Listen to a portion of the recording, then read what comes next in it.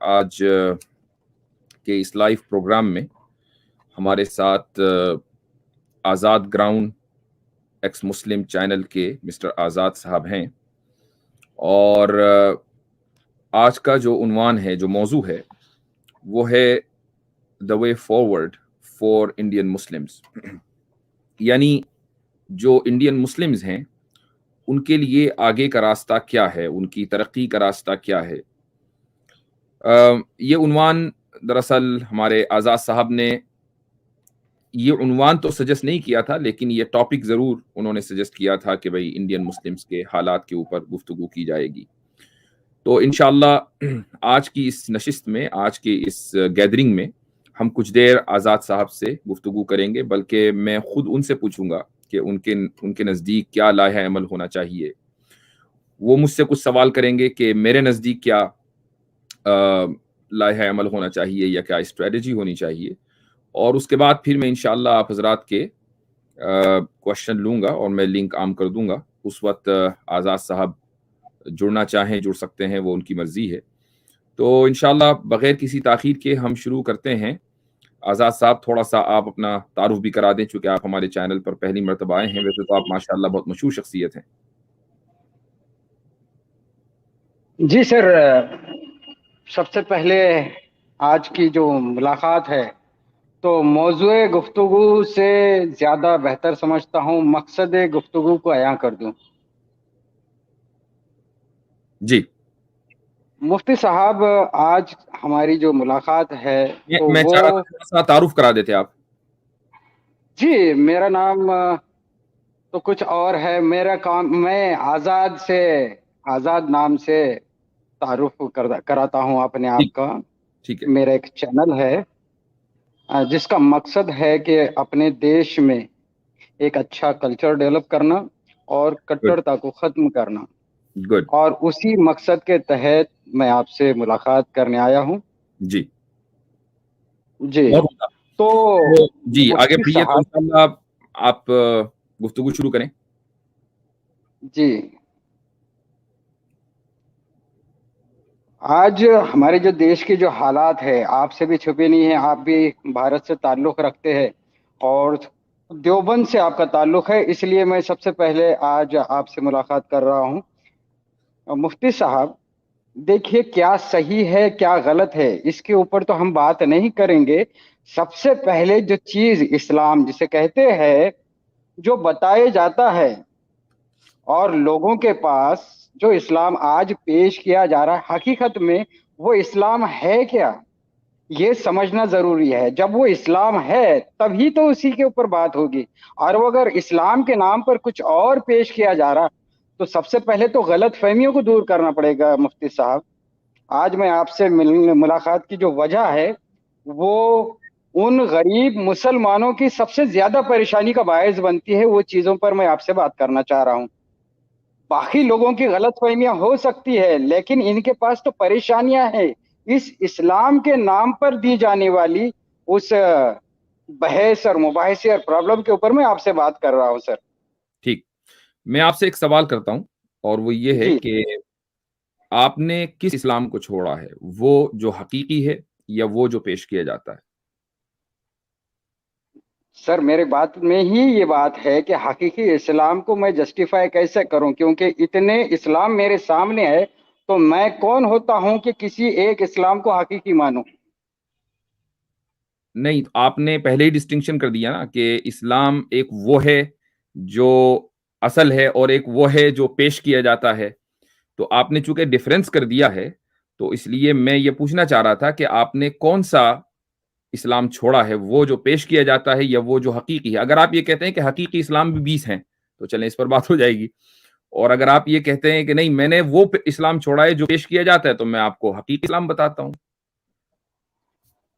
جی، میرے family back ground ہی بتا دوں تو آپ سمجھ جائیں گے کہ میں نے کون سا اسلام چھوڑا ہے۔ میرے والد دیوبند سے فارغ تھے، حافظ تھے، اور دیوبند سے کے حافظ تھے کہ عالم تھے؟ جی حافظ تھے، اور ترجمے کے ساتھ۔ ترجمے کے ساتھ حافظ کا کیا مطلب ہے؟ جی انہوں جو چیز جو تلاوت کرتے تھے اس کا ترجمہ بھی کہتے تھے، اور وہ آخری عالم دم نہیں تک کہے کہ میرے، تھے، جی عالم نہیں میرے تھے۔ استاد کا نام انور شاہ صاحب کشمیری، وہ ان کے شاگرد تھے وہ۔ آپ کے استاد انور شاہ کشمیری؟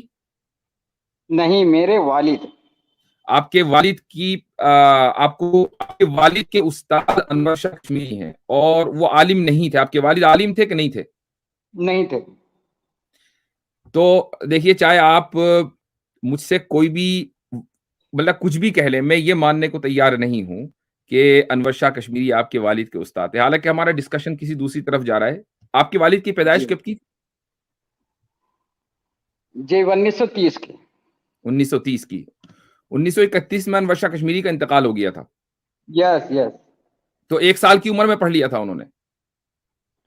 یہ تو میرا جو آپ کہہ رہے وہی میرا ان سے جھگڑا تھا کہ انور شاہ صاحب کشمیری کی جب مجھے ڈیتھ کا پتہ چلا، تو جب میں نے ان کی پیدائش پوچھا، انہوں نے 1930 کہا، تو یہی جو آپ کہہ رہے میں نے ان سے کہا کہ آپ ان کے شاگرد نہیں، ان کے شاگرد ہو سکتے ہیں۔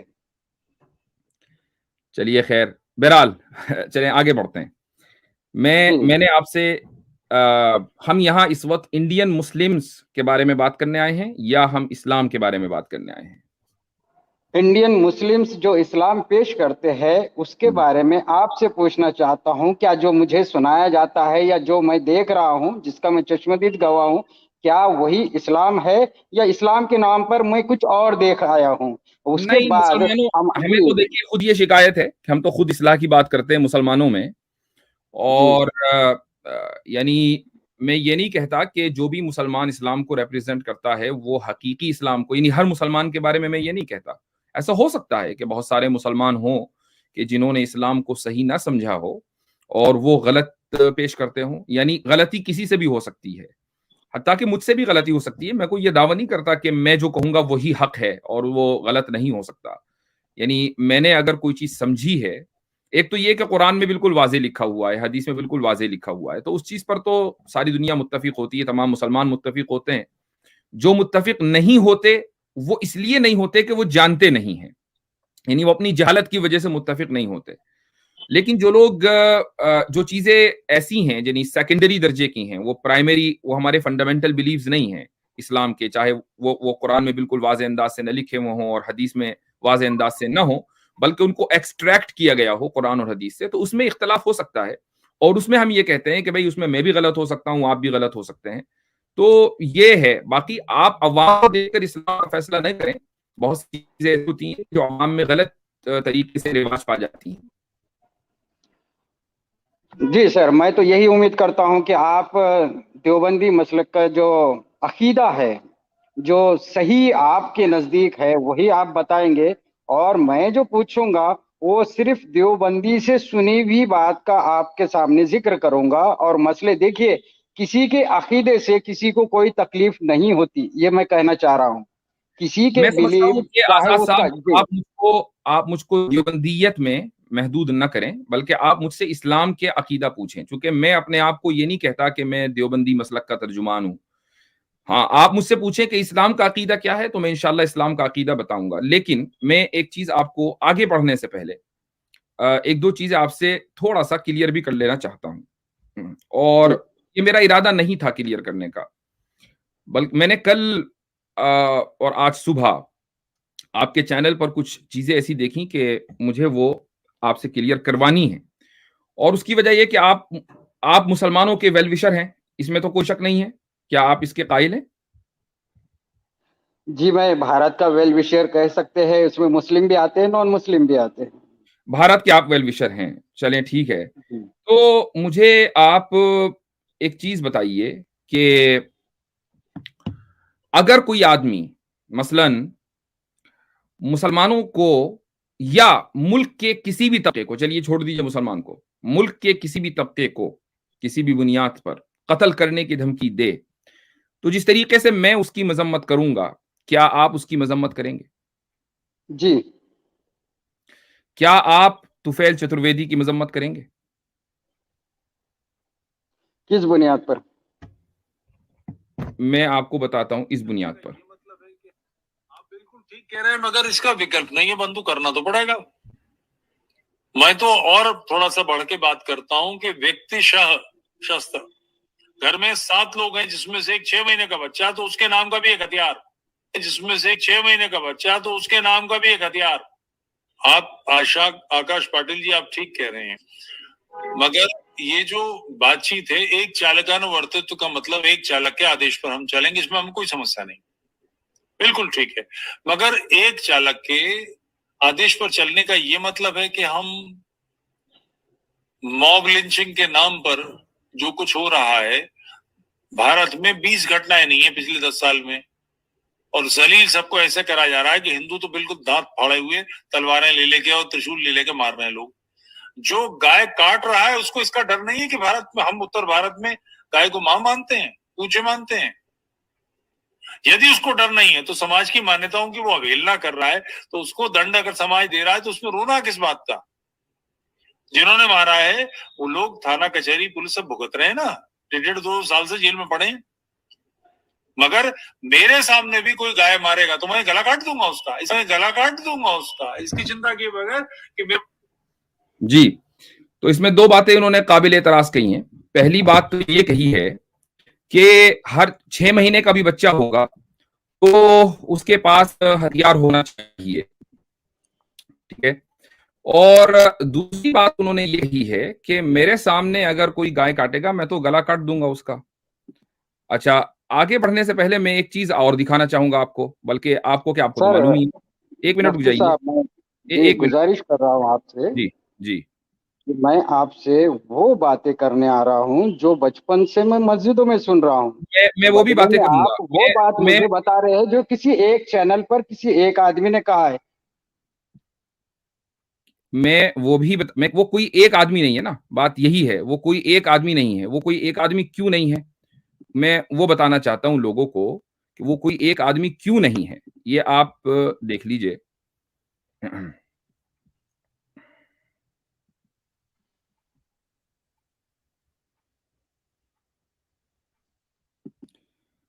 ایک منٹ رک جائیں، میں کسی وجہ سے اس کو شیئر نہیں کر پا رہا ہوں، لیکن چلیں میں اس کی آواز تو خیر آ ہی جائے گی. آواز سن لیجئے آپ لوگ. جی ہاں. اور پھر اس کے بعد ہمارے جو بہت اچھے دوست بھی ہے، اور بلکہ میں مسیحا یعنی کہ محسن کہتے ہیں اردو میں، جو مدد کرتا ہے، وہ ہے ہمارے توفیل سر. سب سے فرسٹ پرسن وہی ہے کہ جنہوں نے ہمت دلائی کہ نہیں میرے جیسے اور لوگ ملیں گے آپ کو بھارت میں. تو آج ان کو تو بہت یاد آ رہی ہے نیرج سر. وہ آدمی، وہ بندہ ایسا ہے کہ جی جناب. تو آپ کو جی آپ نیرج اتری کے شو میں آپ ہیں اور آپ جی طفیل چترویدی کو بڑی شدت سے یاد کر رہے ہیں. یہ وہ جی آدمی ہے جس کو آپ محسن کہتے ہیں، اور آپ یہ کہتے جی ہیں کہ انہوں نے اصل میں ہمیں اس کام پر لگایا ہے.